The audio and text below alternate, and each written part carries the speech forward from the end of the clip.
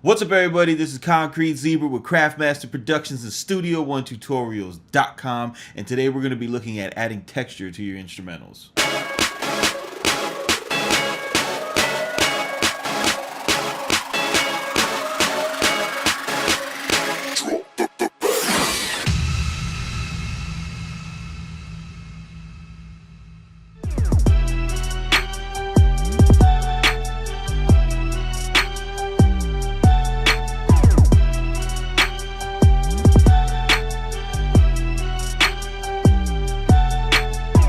What's up, everybody? This is Concrete Zebra with Craftmaster Productions and Studio1Tutorials.com. Today we're going to be looking at an overlooked aspect of production, something that you really learn and get a hold of once you have a few years experience, and that's adding texture to your instrumentals. First, I just want to mention quickly, if you guys haven't went by my SoundCloud to check out the demo tracks from Bag Up, and just overall, if you don't know what Bag Up is, it's a collection of 5 instrumentals that I produced with the intention of placing that I'm giving away now as template files.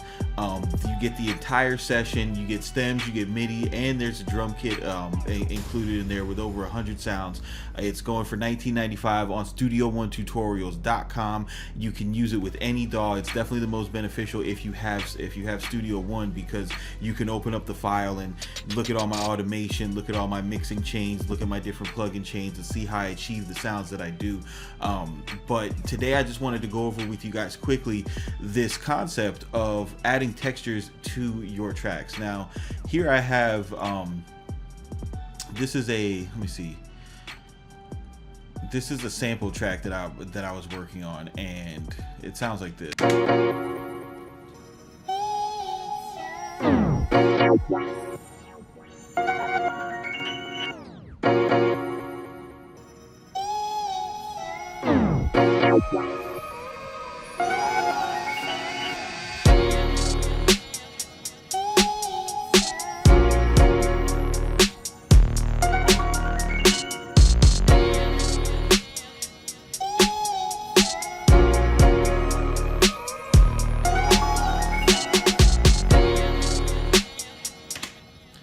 Now, you can hear the forward parts of the mix is the snare, the bass is really loud, the piano sample is going, but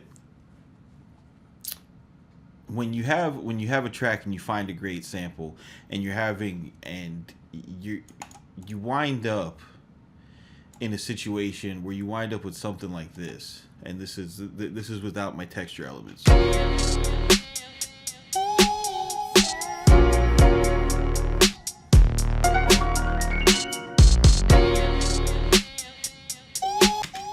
You hear how just completely empty that sounds as opposed to this.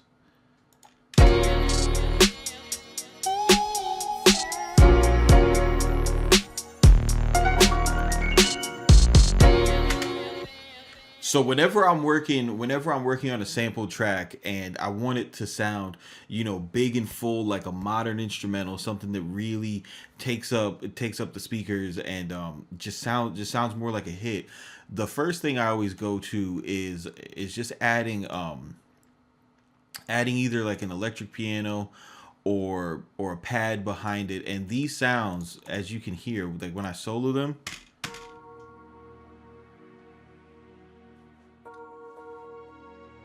now if we put them up against the sample,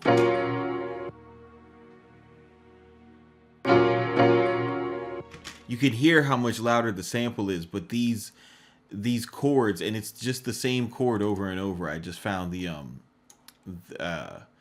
chord that the piano was playing, and I just drew out long block chords. There's no progression or anything to this. It's just something to kind of fill out that space that the sample isn't taking up when it's playing.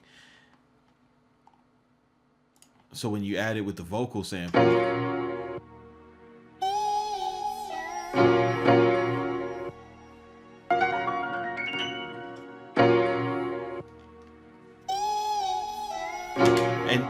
and even that sounds really full. But what you want to pay attention to is a lot of times when you're sampling and and you're filtering out different parts of the mix and the actual sample, is you're losing a lot of your top end. So if we pull this up in the EQ and watch the spectrum meter,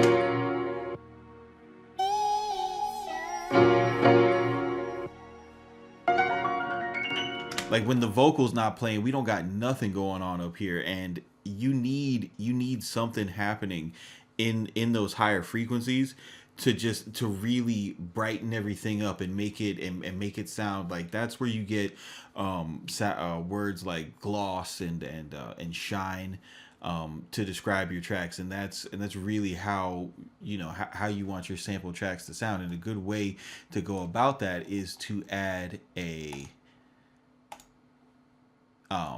texture patch. Now in Electra, they're called they're in the browser section, and they're called Atmo. In Omnisphere, they're called textures, soundscapes, and playable textures. But pretty much every synth, even Nexus, has textures.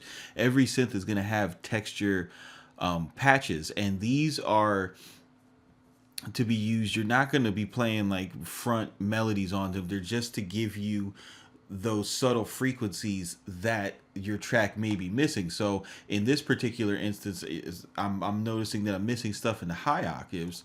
So what I did was I programmed a melody rather that was up in the C4 range, and I just pretty much took it from the notes that was in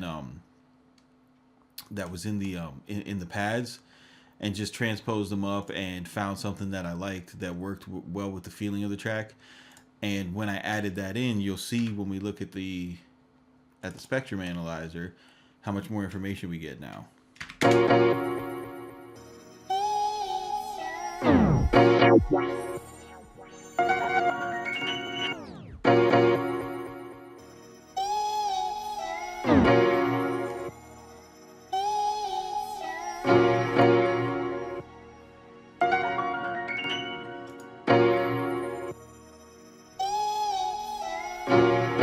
I mean, you could, just by switching it on and off, you could hear such a drastic difference.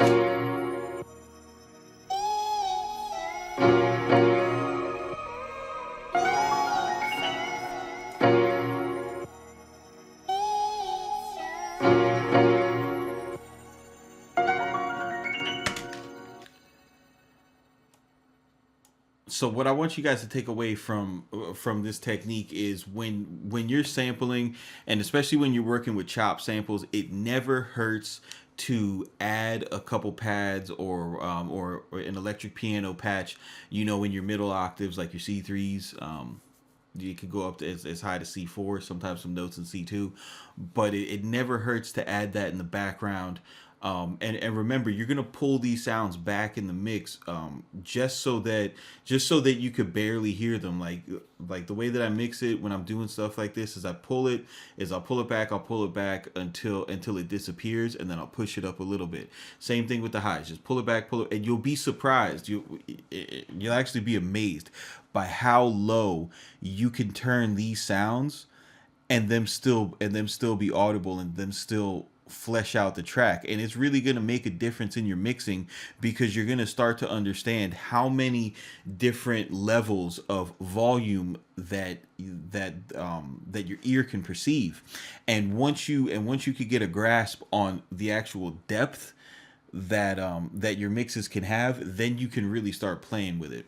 So again, this is Concrete Zebra with Craftmaster Productions, Studio1Tutorials.com. Check out Bag Up. Keep it simple, don't be basic. Look at all your VSTs, find the texture libraries, and just start going through them and start experimenting with old beats that you had where you felt like something was missing. Try a texture, and we'll see you on the next one.